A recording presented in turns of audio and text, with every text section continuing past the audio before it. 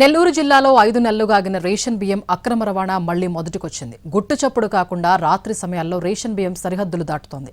అధికార పార్టీ నేతల అండదండలు ఉండడంతో మాఫియా మళ్లీ చెలరేగిపోతోంది. నెల్లూరు జిల్లాలో రేషన్ మాఫియా మళ్లీ విజృంభిస్తోంది. పౌర సరఫరాల శాఖ మంత్రి నాదెండ్ల మనోహర్ దగ్గర నుంచి మున్సిపల్ శాఖ మంత్రి పొంగూరు నారాయణ దాకా అందరూ రేషన్ మాఫియాకు అడ్డుకట్ట వేయాలంటూ ఆదేశాలిచ్చారు. నెల్లూరు జిల్లా కలెక్టర్ హిమాంశు శుక్లా సైతం జాయింట్ కలెక్టర్ ఆధ్వర్యంలో స్పెషల్ టాస్క్ ఫోర్స్ ఏర్పాటు చేశారు. 3 నెలలు పనిచేసిన టాస్క్ ఫోర్స్ సిబ్బంది సైలెంట్ అయ్యారు. దీంతో రేషన్ మాఫియా మళ్లీ యాక్టివ్ అయింది. వ్యవస్థలను మేనేజ్ చేసుకుని గుట్టు చప్పుడు కాకుండా పని కాని చేస్తున్నారు. ఒక్కో నియోజకవర్గానికి ఒక్కో కీలక నేత రేషన్ బియ్యం అక్రమ రవాణాను వ్యాపారంగా మలుచుకుంటున్నారు. వీరంతా సిండికేట్గా ఏర్పడి పేదల బియ్యాన్ని పందికొక్కులా బొక్కేస్తున్నారు. ఈ సిండికేట్కు నెల్లూరుకు చెందిన ఓ కీలక వ్యక్తి నాయకత్వం వహిస్తూ చుట్టుపక్కల మిల్లులను అడ్డాగా చేసుకుని జోరుగా రీసైక్లింగ్ జరుపుతున్నాడు. జిల్లా పౌర సరఫరాల శాఖ మొత్తం ఇన్ఛార్జీల పాలనలో నడుస్తుండటంతో మాఫియా పని ఈజీ అవుతోంది. కావలి ఏఎస్ఓ జిల్లా ఇన్ఛార్జ్ డిఎస్ఓగా వ్యవహరిస్తూనే అదనంగా ఆత్మకూరు ఏఎస్ఓగా బాధ్యతలు చూస్తున్నారు. నెల్లూరు ఏఎస్ఓ, గూడూరు ఏఎస్ఓగా అదనపు బాధ్యతలు నిర్వహిస్తున్నారు. దీంతో సివిల్ సప్లైస్ డిపార్ట్మెంట్లో పాలన పడకేసింది.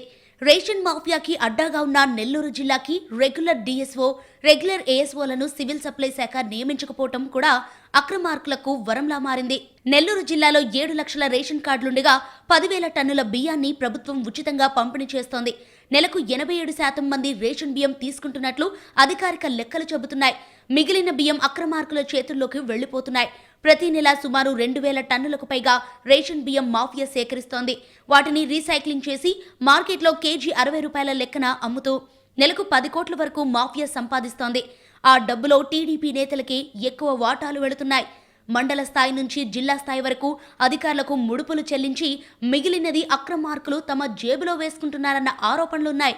మంత్రి నారాయణ ఆదేశాలతో 4 నెలల క్రితం జాయింట్ కలెక్టర్ నేతృత్వంలో స్పెషల్ టాస్క్ ఫోర్స్ ఏర్పాటు చేశారు. సివిల్ సప్లైస్, రెవెన్యూ, పోలీస్ శాఖల సిబ్బందిని టాస్క్ ఫోర్స్లో నియమించారు. జిల్లా వ్యాప్తంగా రౌండ్ ది క్లాక్ తనిఖీలు చేసేలా ఆదేశాలిచ్చారు. టాస్క్ ఫోర్స్ దెబ్బకి 3 నెలల పాటు రేషన్ మాఫియా సైలెంట్ అయింది. వాహన తనిఖీలలో భాగంగా పెద్ద ఎత్తున రేషన్ బియ్యం దొరికాయి. స్పెషల్ టాస్క్ ఫోర్స్ ఇప్పుడు పూర్తిగా నిర్వీర్యం అయిందన్న ఆరోపణలు వినిపిస్తున్నాయి. ఈ మధ్య వంట గ్యాస్, పెట్రోల్ కొరతపై టాస్క్ ఫోర్స్ బృందాలు దృష్టి పెట్టడంతో అదే అదునుగా భావించిన రేషన్ మాఫియా మళ్లీ పని మొదలుపెట్టింది. దీనికి తోడు ఆ నియోజకవర్గాల్లో టీడీపీ కీలక నేతలు మాఫియాకి సహకరిస్తుండటంతో పేదల బియ్యాన్ని అమ్ముకొని కోట్లు సంపాదిస్తోంది మాఫియా. గుట్టు చప్పుడు కాకుండా రేషన్ బియ్యాన్ని సరిహద్దులు దాటిస్తున్న అక్రమార్కుల భరతం పట్టాలంటే మరోసారి టాస్క్ ఫోర్స్ యాక్టివ్ కావాల్సిన అవసరం ఉంది. పౌర సరఫరాల శాఖను ప్రక్షాళన చేసి రెగ్యులర్ డిఎస్ఓ, ఏఎస్ఓలను నియమిస్తే రేషన్ మాఫియా ఆకడాలకు చెక్ పెట్టొచ్చన్న అభిప్రాయాలు వ్యక్తమవుతున్నాయి.